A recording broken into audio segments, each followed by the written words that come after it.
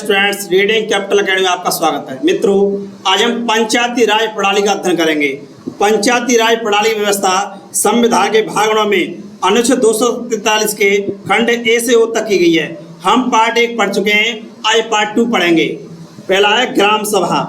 ग्राम सभा की व्यवस्था अनुच्छेद 239 के खंड क में की गई है। 243 के क में की गई है। इसमें ग्राम सभा की परिभाषा दी गई है।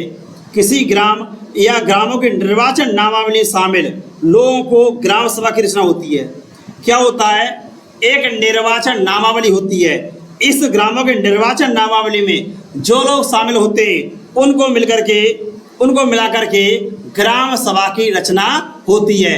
इस तरह से ग्राम सभा का तात्पर्य है निर्वाचन नामावली में शामिल लोगों से है। इस तरह से ग्राम सभा एक या एक से अधिक ग्रामों को लेकर बनती है। ग्राम सभा क्या होती है? एक या एक से अधिक लोगों को लेकर बनाई जा सकती है।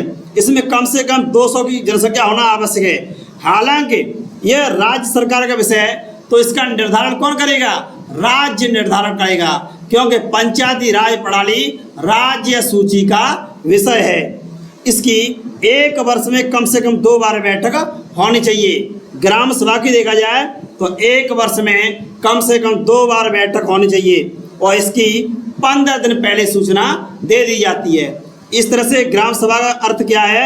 ग्राम सभा का अर्थ है निर्वाचन नामावली शामिल लोग। निर्वाचन नामावली जो लोग शामिल होते हैं उनसे मिलकर के ग्राम सभा की रचना होती है। ठीक है स्टूडेंट्स, आर्टिकल 243 के खंड क में ग्राम सभा की परिभाषा दी गई है। नेक्स्ट है ग्राम सभा की बैठक के लिए कोरम या गणपूर्ति कुल सदस्यों का 1/5 होती है। ग्राम सभा के लिए कोरम की संख्या 1/5 निर्धारित की गई है। अर्थात किसी ग्राम सभा की निर्वाचन नामावली में यदि 1000 लोग हैं तो कम से कम 200 लोग प्रेजेंट होने चाहिए, तब कोरम या गणपूर्ति मानी जाएगी। इस तरह से ग्राम सभा में एक अध्यक्ष और कुछ सदस्य होते हैं। एक अध्यक्ष होता है और कुछ सदस्य होते हैं। उत्तर प्रदेश में प्रधान कहते हैं। उत्तर प्रदेश में अध्यक्ष को क्या कहते हैं? प्रधान कहते हैं। हरियाणा पंजाब में सरपंच कहते हैं और बिहार में मुखिया कहते हैं। बिहार में मुखिया का चुनाव होता है गांव लेवल पर। इस तरह से जो पंचायत होती है यह इसकी कार्यपालिका समिति होती है। इस तरह से यूपी में प्रधान कहते हैं, पंजाब हरियाणा में सरपंच कहते हैं और बिहार में मुखिया कहते हैं। ग्राम सभा में क्या होता है? 1000 की आबादी में 1 सदस्य, 2000 की आबादी में 11 सदस्य और 3000 की आबादी पे 15 सदस्य हो सकते हैं। नेक्स्ट है ग्राम पंचायत का गठन। 243 ख। अनुच्छेद 243 के ख में ग्राम पंचायतों के गठन की व्यवस्था की गई है। ग्राम सभा के सदस्य ग्राम पंचायत का निर्वाचन करते हैं। इस तरह से जो ग्राम पंचायत होती है उसका निर्वाचन होता है। इसका क्या होता है? निर्वाचन। और कौन करता है? ग्राम सभा के सदस्य। जो ग्राम सभा के सदस्य होते हैं, ग्राम सभा के सदस्यों की कार्यपालिका क्या है? ग्राम पंचायत है। क्योंकि ग्राम सभा के सदस्य जिनका नाम निर्वाचन नामावली में है उनके द्वारा इसका निर्वाचन किया जाता है। इस तरह से ग्राम पंचायत का प्रत्यक्ष निर्वाचन किया जाता है। यह वास्तव में ग्राम सभा की प्रत्यक्ष रूप से निर्वाचित कार्यपालिका है। ग्राम पंचायत क्या है? एक कार्यपालिका है ग्राम सभा की। इसके कार्यपालिका अध्यक्ष, प्रधान और वार्ड कहलाते हैं। इसमें कौन होते हैं? एक प्रधान होते हैं जैसे उत्तर प्रदेश में, और पंजाब हरियाणा में क्या होते हैं? सरपंच होते हैं और बिहार में इसे मुखिया कहते हैं। इस तरह से देखा जाए प्रत्येक पंचायत की पहली बैठक से 5 वर्ष की अवधि होती है। इस पंचायत की अवधि कितनी होती है? ग्राम पंचायत का कार्यकाल 5 वर्ष होता है और ये निर्वाचित होते हैं, चुनाव किया जाता है। 5 वर्ष की इनकी अवधि होती है। पंचायती बैठक 1 माह के अंदर होना आवश्यक है। पंचायत की बैठक 1 माह में 1 बार होना आवश्यक है। इसका कोरम या गणपूर्ति देखा जाए तो कुल सदस्यों 1/3 होना चाहिए और इसके लिए 5 दिन पहले सूचना दे दी चाहिए। इस तरह से इसका कार्यकाल होता है 5 वर्ष। कितना होता है? पंचायत का कार्यकाल 5 वर्ष होता है और इसका प्रत्यक्ष निर्वाचन होता है। ग्राम पंचायत का क्या होता है? प्रत्यक्ष निर्वाचन होता है।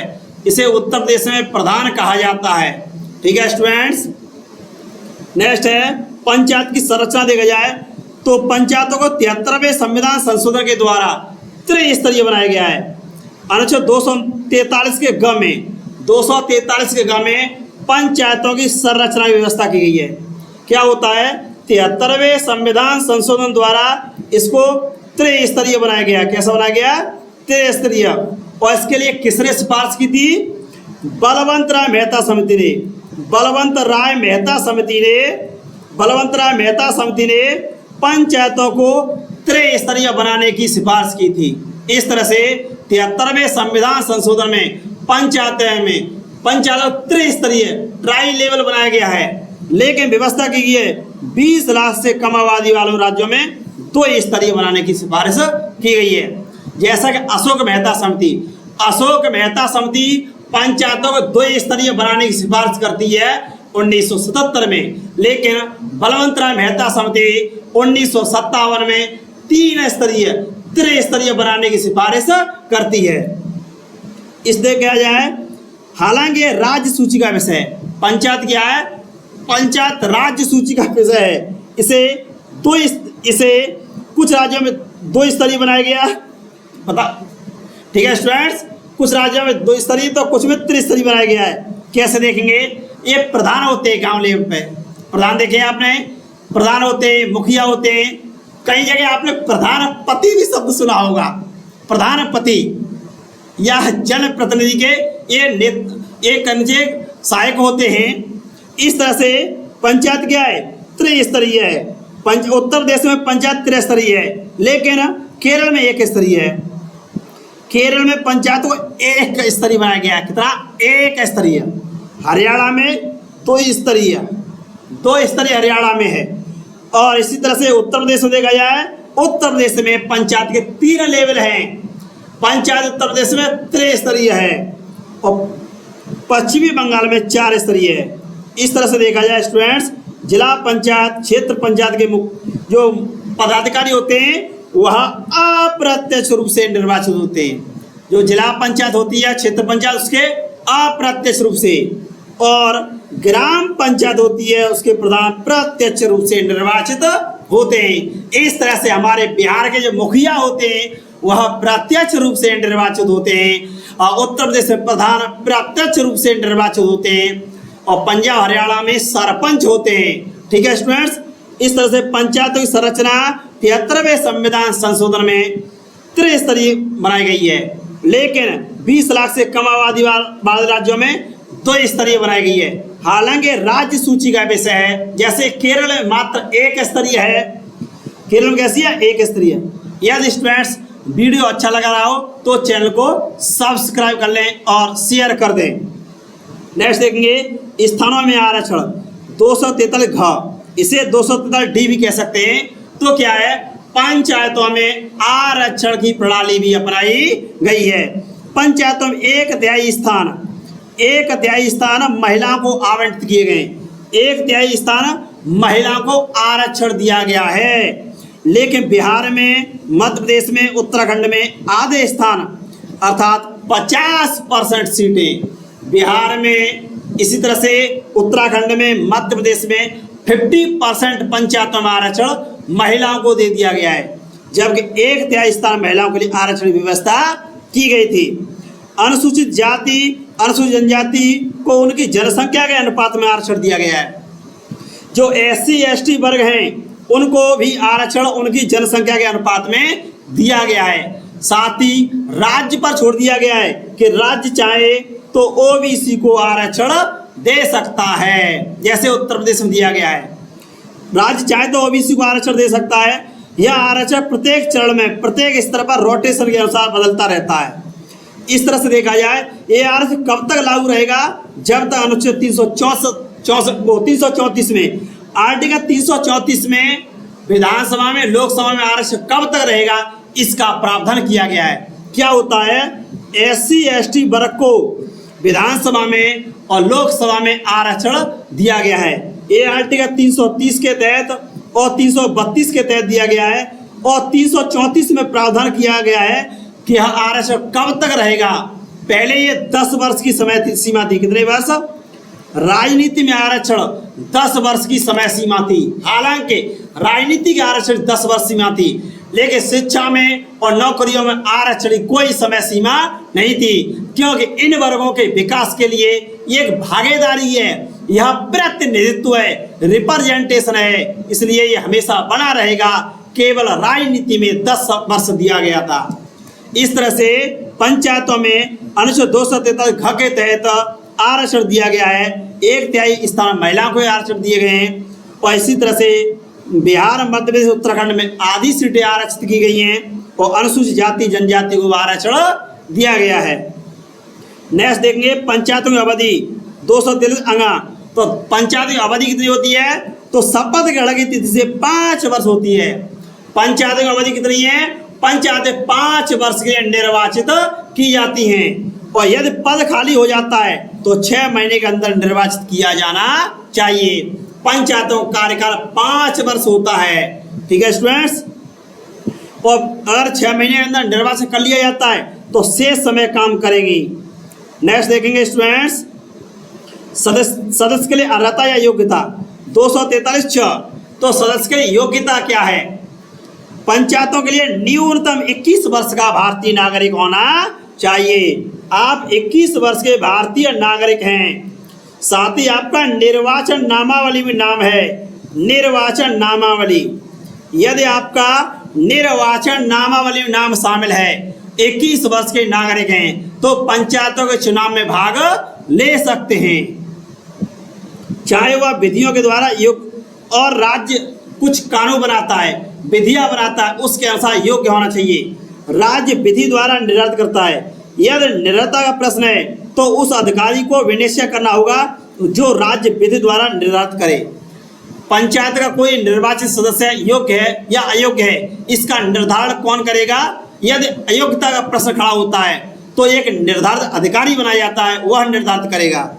इस तरह से सदस्यों के लिए अर्हता क्या है? 21 वर्ष का भारतीय नागरिक। और इसकी अवधि कितनी होती है? पंचायत की अवधि 5 वर्ष होती है। ठीक है स्टूडेंट्स, नेक्स्ट है पंचायतों की शक्तियां, प्राधिकार और उत्तरदायित्व 243(6). तो पंचायतों को शक्तियां दी गई हैं। क्या है? पंचायतों 29 विषय, पंचायती राज प्रणाली को 29 विषय दिए गए हैं। उन पर ये क्या शक्तियां दी गई हैं जो विधि द्वारा निर्धारित करते हैं राज्यों के द्वारा। इसके अतिरिक्त राज्य विधि बनाकर इनकी शक्तियां और प्राधिकार निर्धारित कर सकता है। राज्य कोई नई शक्तियां दे सकता है। फिलहाल पंचायतों को 29 विषय दिए गए हैं। कितने विषय दिए गए हैं? पंचायतों को स्टूडेंट्स 29 सब्जेक्ट दिए गए हैं, 29 विषय दिए गए हैं। जैसे गांव में मेलों का आयोजन करना, सड़कें बनवाना, पेयजल, बिजली व्यवस्था, शिक्षा इत्यादि पर काम करती हैं पंचायतें।